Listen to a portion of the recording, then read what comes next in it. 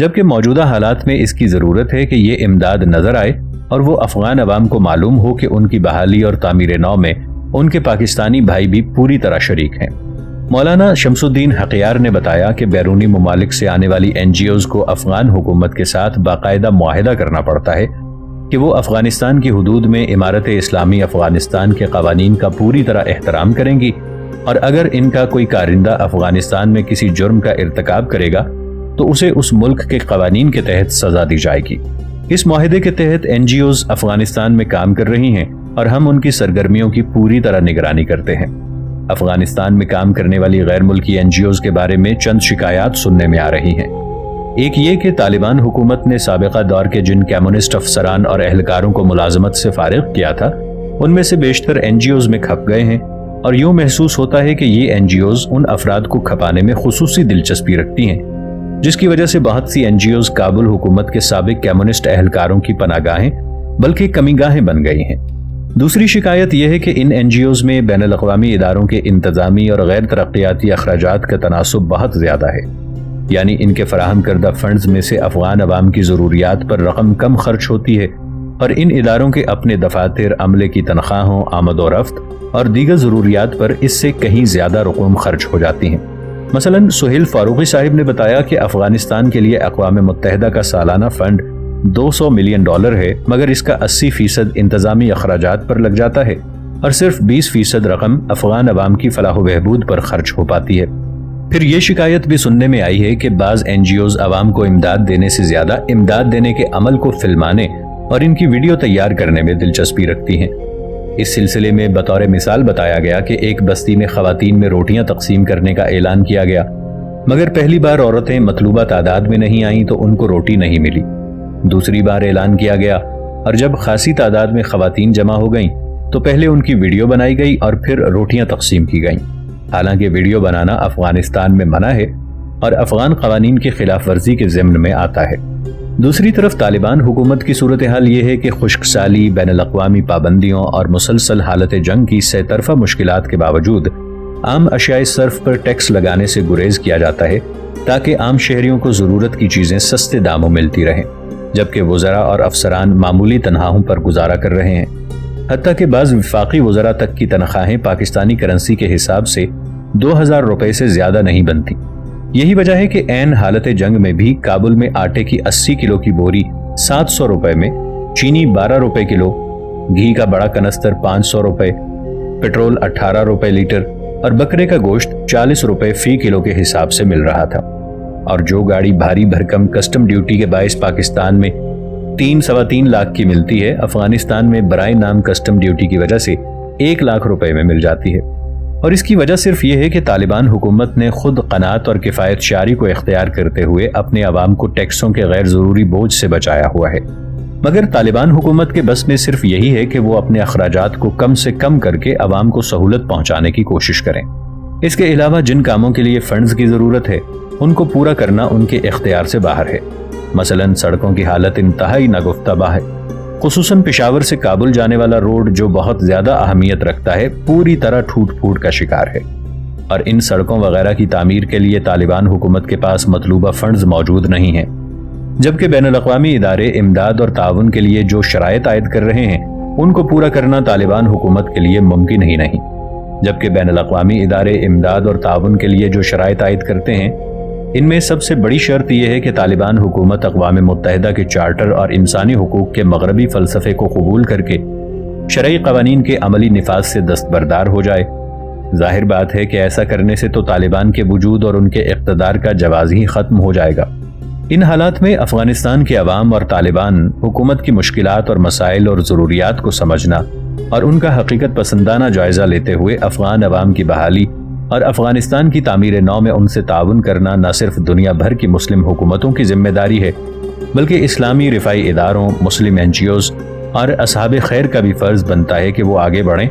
اور اس مشکل اور آزمائش کے مرحلے میں افغان بھائیوں کا ہاتھ تھام کر انہیں مسائل و مشکلات کے اس بھنور اور دلدل سے نکالنے کی ہر ممکن کوشش کریں۔ 30 ستمبر سن 2000 نیو یارک ٹائمز کی ایک رپورٹ کے مطابق امریکی انتظامیہ نے ازبکستان سے تعلق رکھنے والے مجاہدین کی تنظیم ازبک اسلامک فرنٹ کو بھی دہشت گرد تنظیموں کی فہرست میں شامل کر کے اس پر پابندی لگانے کا اعلان کر دیا۔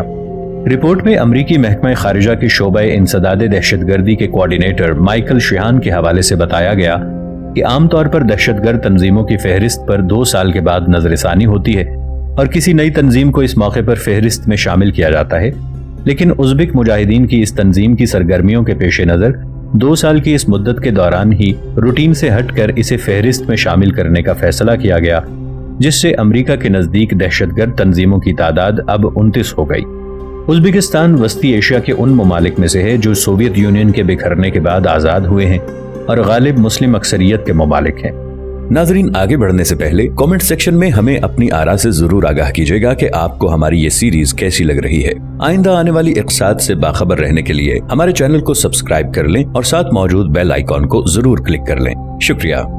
تاشقند اور سمرقند جیسے معروف شہر اسی ازبکستان میں ہیں اور ایک زمانے میں یہ خطہ اسلامی تہذیب و تمدن اور علوم و فنون کے مراکز میں شمار ہوتا تھا،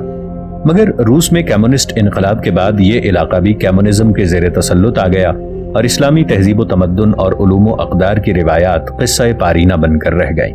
کم و بیش 5 صدی تک وسطی ایشیا کے یہ ممالک کمیونزم کے غلبے کا شکار رہے اور جہاد افغانستان کے نتیجے میں جب سوویت یونین کا آہنی شکنجہ ڈھیلا ہوا تو سوویت یونین کی یہ ریاستیں دنیا کے نقشے پر آزاد ممالک کی حیثیت سے نمودار ہو گئیں۔ ازبکستان کے آزادی کی حدود میں قدم رکھنے کے بعد راقم الحروف یعنی ابو عمار زاہد الراشدی کو سمرقند سے چند میل کے فاصلے پر خرتنگ میں حضرت امام بخاری رحمۃ اللہ علیہ کے مزار پر حاضری کی سعادت بھی حاصل ہوئی۔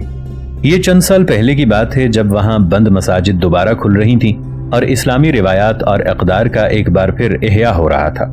ہمیں بتایا گیا کہ ہزاروں مساجد ایسی ہیں جو 5 صدی کا عرصہ مقفل رہی ہیں اور بہت سی مساجد کو دوسرے مقاصد کے لیے استعمال میں لایا جا رہا ہے۔ تاشقند کی ایک بڑی مسجد ہم نے دیکھی جس کے بارے میں معلوم ہوا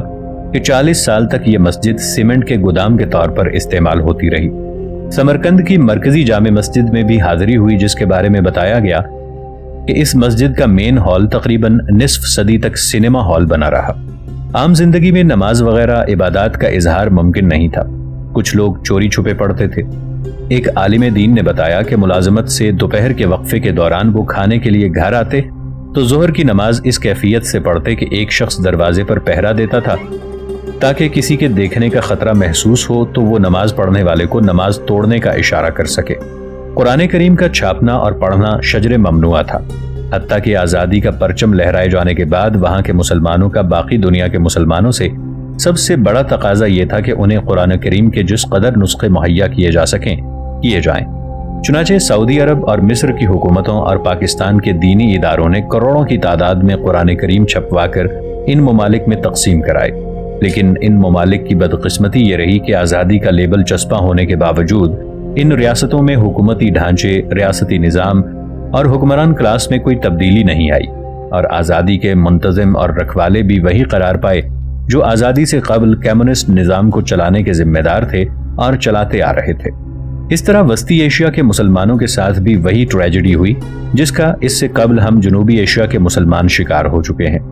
کہ کہنے کو تو ہمیں آزادی مل گئی اور ہم پاکستان کے نام سے ایک آزاد مسلمان ملک کی حیثیت سے آزاد اقوام کی فہرست میں شمار کر لیے گئے، مگر سیاست و معیشت اور عدالت و معاشرت کا نظام وہی رہا جو غلامی کے دور میں تھا، بلکہ حکمران کلاس اور طبقات بھی وہی رہے جو برطانوی استعمار کے معاون و مددگار کے طور پر آزادی سے قبل اس خطے میں حکمرانی کرتے چلے آ رہے تھے۔ اور اس قسم کی آزادی نے ہمارے معاشرتی نظام اور ڈھانچے کو ترقی اور بہتری کی طرف لے جانے کی بجائے تذبذب، انارکی اور دو عملی کی دلدل میں دھکیل دیا۔ ازبکستان اور وسطی ایشیا کی دیگر مسلمان ریاستوں کے ساتھ بھی یہی المیہ پیش آیا ہے کہ جب افغانستان میں روسی افواج کی شکست یقینی ہو گئی اور یہ واضح نظر آنے لگا کہ روسی فوجوں کی افغانستان سے واپسی کے سوا اب کوئی راستہ باقی نہیں رہ گیا، تو شکست خوردہ روسی دانشوروں سے زیادہ فاتح امریکی دانشوروں کو اس بات کی فکر لاحق ہو گئی کہ افغانستان سے روسی فوجوں کے واپسی کے بعد جب کابل میں مجاہدین کی حکومت قائم ہو جائے گی تو اس کی بنیاد اسلام پر ہوگی۔ یہ اسلام محض دکھاوے کا نہیں بلکہ عملی ہوگا اور اس کے اثرات صرف افغانستان تک محدود نہیں رہیں گے بلکہ ارد گرد کے ممالک بالخصوص پاکستان اور وسطی ایشیا کی ریاستوں کا اس سے متاثر ہونا لازمی بات ہے۔ اس لیے کابل میں خالص اسلامی حکومت کے قیام کو روکنے اور قائم ہو جانے کی صورت میں اس کے ارد گرد اثر انداز ہونے کی صلاحیت کو محدود کرنے کے لیے ایک نئی منصوبہ بندی کی گئی، جس کے لیے امریکہ کے سابق صدر مسٹر نکسن نے سب سے نمایاں کردار ادا کیا۔ انہوں نے آگے بڑھ کر روسی دانشوروں کو دعوت دی کہ وہ امریکہ کے ساتھ اپنے اختلافات کو ختم کر دیں تاکہ امریکہ اور روس دونوں مل کر اپنے مشترکہ دشمن سے نمٹ سکیں جو احیاء اسلام کی ایک نئی لہر کی صورت میں نمودار ہو رہا ہے اور کابل اس کے مرکز کے طور پر سامنے آنے لگا ہے۔ چنانچہ مسٹر نکسن کی تحریک پر نئی منصوبہ بندی ہوئی، جس کے تحت جنیوا امن معاہدہ ہوا، امریکہ اور روس کے درمیان سرد جنگ کا خاتمہ ہوا اور بالٹک ریاستوں کے ساتھ ساتھ وسطی ایشیا کی مسلمان ریاستوں کی نقد آزادی کو غنیمت سمجھا گیا تاکہ کم از کم وہاں کے ریاستی نظام اور حکومتی طبقات کو کسی متوقع انقلاب سے محفوظ رکھا جا سکے، حتیٰ کہ ان میں سے کسی ملک کے عوام اس نظام یا حکمران گروہ کی تبدیلی اور وہاں اپنے عقائد و رجحانات اور آزادی کے تقاضوں کے مطابق نئے نظام کے نفاذ کے لیے جد و جہد کرتے ہیں تو انہیں بنیاد پرست اور دہشت گرد قرار دے کر امریکہ اور روس دونوں ان کے خلاف سرگرم عمل ہو جاتے ہیں۔ ازبک اسلامک فرنٹ کا معاملہ بھی یہی ہے، کیونکہ وہ ان گروہوں میں سے ہے جو یہ کہتے ہیں کہ جب سوویت یونین بکھر گیا ہے تو وسطی ایشیا کے مسلمان ممالک سے کمیونسٹ دور کی یادگار نو آبادیاتی نظام کا بھی خاتمہ ہونا چاہیے۔ ازبک اسلامک فرنٹ پر امریکہ کا الزام یہ ہے کہ اس نے ہتھیار اٹھا رکھے ہیں، لیکن سوال یہ ہے کہ جب منطق، دلیل اور استدلال کے سارے راستے بند کر دیے جائیں تو حق مانگنے والوں کے پاس ہتھیار اٹھانے کے سوا کون سا راستہ باقی رہ جاتا ہے؟ اور ترکی اور الجزائر میں رائے عامہ کا حشر سامنے آنے کے بعد اب امریکہ عالم اسلام کی تحریکات کو ہتھیار پھینک کر دلیل سے بات کرنے کے کون سے فلسفے کا سبق پڑھانا چاہتا ہے؟ طالبان حکومت پر اقوام متحدہ کی سلامتی کونسل کی پابندیاں۔ جنوری 2001 اقوام متحدہ کی سلامتی کونسل نے افغانستان میں طالبان کی اسلامی حکومت کے خلاف دباؤ بڑھانے کے لیے نئی پابندیوں کا اعلان کر دیا، جن میں طالبان پر دہشت گردی کی سرپرستی کرنے اور عرب مجاہد اسامہ بن لادن کو امریکہ کے سپرد نہ کرنے کے الزامات عائد کرتے ہوئے دنیا بھر کی حکومتوں سے کہا گیا کہ وہ طالبان حکومت کے ساتھ اقتصادی اور مواصلاتی بائیکاٹ کر دیں۔ طالبان حکومت کے خلاف ان پابندیوں کی بات ایک عرصے سے چل رہی تھی اور امریکہ کے اشارے پر عراق، سوڈان اور لیبیا کی طرح افغانستان کو بھی اقتصادی ناکہ بندی کا شکار بنا کر عالمی استعمار کے سامنے گھٹنے ٹیکنے پر مجبور کرنے کے لیے اس قسم کی پابندیوں کی دھمکیاں دی جا رہی تھیں، جو بالآخر سلامتی کونسل کی قرارداد کی صورت میں سامنے آ گئیں، اور اس کی چین اور ملائیشیا کے سوا سلامتی کونسل کے دیگر تمام ارکان نے حمایت کی، جبکہ چین اور ملائیشیا نے بھی ان پابندیوں کی مخالفت کرنے اور افغان عوام کے حق میں کوئی کلمہ خیر کہنے کی بجائے سلامتی کونسل کے مذکورہ اجلاس سے غیر حاضر رہنے کو ترجیح دی۔ ادھر اقوام متحدہ کی جنرل اسمبلی کے 55ویں اجلاس سے خطاب کرتے ہوئے پاکستان کے مستقل مندوب شمشاد احمد نے ان پابندیوں پر احتجاج کیا اور کہا کہ یہ کہاں کا انصاف ہے کہ افغانستان کے ایک حصے پر پابندیاں عائد کر دی جائیں، جبکہ ان کے مخالفین کو اسلحہ اور اقتصادی امداد دینے کے لیے آپ کے دروازے کھلے ہیں۔ انہوں نے پاکستان کی طرف سے سلامتی کونسل سے مطالبہ کیا کہ وہ اس قرارداد کا اثر نو جائزہ لے۔ روزنامہ اوصاف اسلام آباد 22 دسمبر 2000 کے مطابق اسلام آباد میں وزارت خارجہ کے ترجمان ریاض محمد خان نے پریس کانفرنس سے خطاب کرتے ہوئے کہا کہ افغانستان کے خلاف عائد کی جانے والی ان پابندیوں سے بھی پاکستان شدید متاثر ہوگا، اس لیے پاکستان نے متاثر فریق کی حیثیت سے اس مسئلے کو سلامتی کونسل کے سامنے اثر نو اٹھانے کا فیصلہ کیا۔ دوسری جانب طالبان حکومت کے وزیر خارجہ مولوی وکیل احمد متوکل نے کابل میں پریس کانفرنس سے خطاب کے دوران سلامتی کونسل کی پابندیاں مسترد کرنے کا اعلان کرتے ہوئے کہا کہ عرب مجاہد اسامہ بن لادن کو کسی قیمت پر امریکہ کے حوالے نہیں کیا جائے گا۔ انہوں نے کہا کہ اسامہ بن لادن کے مسئلے کو امریکہ نے صرف بہانہ بنا رکھا ہے اور وہ دراصل طالبان حکومت کو اسلامی نظام کے عملی نفاذ کی وجہ سے بہر صورت ختم کر دینا چاہتا ہے، لیکن امیر المؤمنین ملا محمد عمر نے امریکی دباؤ کو قبول نہ کرنے اور اسلامی احکام اور قوانین پر عمل درآمد کو بہرحال جاری رکھنے کا عزم کر رکھا ہے۔ جہاں تک امارت اسلامی افغانستان کی اسلامی حکومت کے خلاف سلامتی کونسل کی عائد کردہ پابندیوں کا تعلق ہے، یہ قطعی طور پر غیر متوقع نہیں ہے اور کافی دنوں سے عالمی استعمار کے ایوانوں میں یہ کھچڑی پک رہی تھی، لیکن اس مسئلے میں مسلمان حکومتوں اور خاص طور پر اسلامی سربراہ کانفرنس کی تنظیم کا کردار بہت مایوس کن ہے، اور یوں محسوس ہو رہا ہے کہ بیت المقدس، بوسنیا، چچنیا، کشمیر اور عالم اسلام کے دیگر حساس معاملات کے حوالے سے اقوام متحدہ کے منافقانہ کردار، دوغلی پالیسی اور ملت اسلامیہ کے خلاف کھلم کھلا معاندانہ طرز عمل کے باوجود مسلم حکمرانوں کی آنکھیں نہیں کھلیں اور وہ دوحہ میں سربراہی کانفرنس منعقد کر کے وقتی طور پر غصے کا اظہار کرنے کے بعد پھر سے اپنے سابقہ کردار پر قانع ہو گئے ہیں۔ ہمارے نزدیک امارت اسلامی افغانستان کی طالبان حکومت کا قصور اس کے سوا کچھ نہیں ہے کہ اس نے دنیا کے دیگر مسلم حکمرانوں کی طرح اسلام کا نام لے کر منافقانہ طرز عمل اختیار کرنے کی بجائے اسلامی نظام کے عملی نفاذ کا راستہ اختیار کر رکھا ہے، جو امریکہ، روس اور چین سمیت دنیا میں کفر کی کسی قوت کو گوارا نہیں ہے، اور اسی وجہ سے طالبان حکومت کے خلاف اسی طرح کا متحدہ محاذ قائم ہو گیا ہے جیسے جناب نبی اکرم صلی اللہ علیہ وآلہ وسلم کے خلاف عرب قبائل نے متحد ہو کر غزوہ احزاب کے موقع پر مدینہ منورہ کا محاصرہ کر لیا تھا، اور کفر کی اس وقت کی تمام قوتیں اسلام کا راستہ روکنے کے لیے متحد ہو گئی تھیں۔ لیکن ہمارا ایمان ہے کہ جس طرح مدینہ منورہ کے 1000-1500 مسلمانوں کے خلاف پورے عرب قبائل کا اتحاد اپنے مذموم مقاصد میں کامیاب نہیں ہو سکا تھا، اسی طرح افغانستان کی طالبان حکومت اگر اپنے عزم پر قائم رہی تو دنیا کفر کا یہ اتحاد اس کا بھی کچھ نہیں بگاڑ سکے گا، اور وہ اللہ تعالیٰ کے فضل و کرم کے ساتھ اس آزمائش سے سرخرو ہو کر نئی آب و تاب کے ساتھ دنیا میں سامنے آئیں گے۔ البتہ طالبان کے حوالے سے بے یقینی، تذبذب، منافقت اور دو عملی کا شکار ہونے والی مسلمان حکومتوں، اداروں، تنظیموں اور حلقوں سے ہم یہ گزارش کریں گے کہ وہ غزوہ احزاب کے واقعات و نتائج کا ایک بار پھر مطالعہ کرتے ہوئے اس آئینے میں اپنے چہروں کے خد و خال کا ضرور جائزہ لیں، تاکہ کل جب غبار چھٹے تو اپنے کردار کے اسباب و عوامل اور نتائج و عواقب کے بارے میں ان کے دل میں کوئی حسرت باقی نہ رہے۔ ان گزارشات کے ساتھ ہم سلامتی کونسل کی پابندیاں مسترد کرنے کے بارے میں طالبان حکومت کے 2 ٹوک اعلان کی مکمل حمایت کرتے ہیں۔ اسامہ بن لادن کی آڑ میں امارت اسلامی افغانستان کا نشانہ، جنوری 2001۔ اسلام آباد میں امارت اسلامی افغانستان کے سفیر مولوی سید محمد حقانی نے ایک پریس کانفرنس سے خطاب کرتے ہوئے امریکہ پر الزام لگایا کہ وہ اسامہ بن لادن کی آڑ میں افغانستان کو اسلامی نظام کے نفاذ پر انتقامی کارروائی کا نشانہ بنا رہا ہے اور معصوم افغان شہریوں کے خلاف دہشت گردی کی کارروائی کر رہا ہے۔ انہوں نے کہا کہ ہم نے کئی بار امریکہ سے تقاضا کیا ہے کہ اسامہ بن لادن کے خلاف کوئی ثبوت ہے تو فراہم کیا جائے، لیکن امریکہ ابھی تک کوئی ثبوت مہیا نہیں کر سکا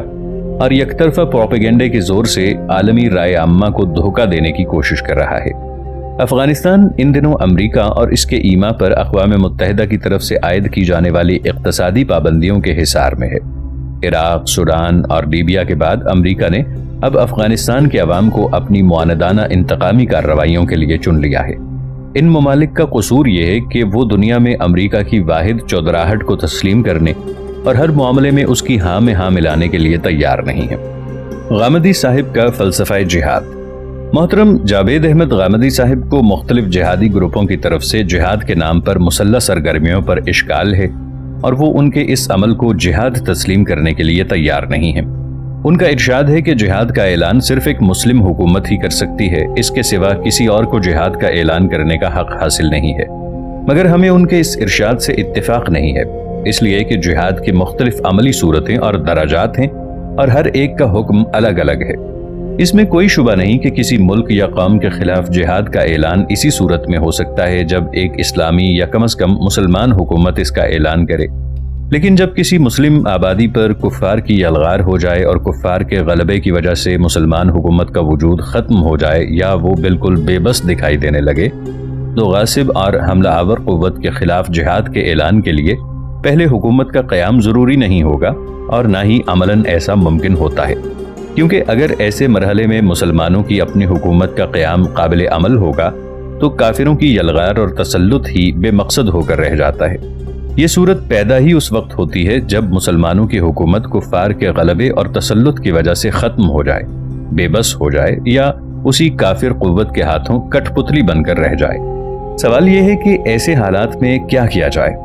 اگر جاوید غامدی صاحب محترم کا فلسفہ تسلیم کر لیا جائے تو یہ ضروری ہوگا کہ مسلمان پہلے اپنی حکومت قائم کریں اور اس کے بعد اس حکومت کے اعلان پر جہاد شروع کر دیا جائے۔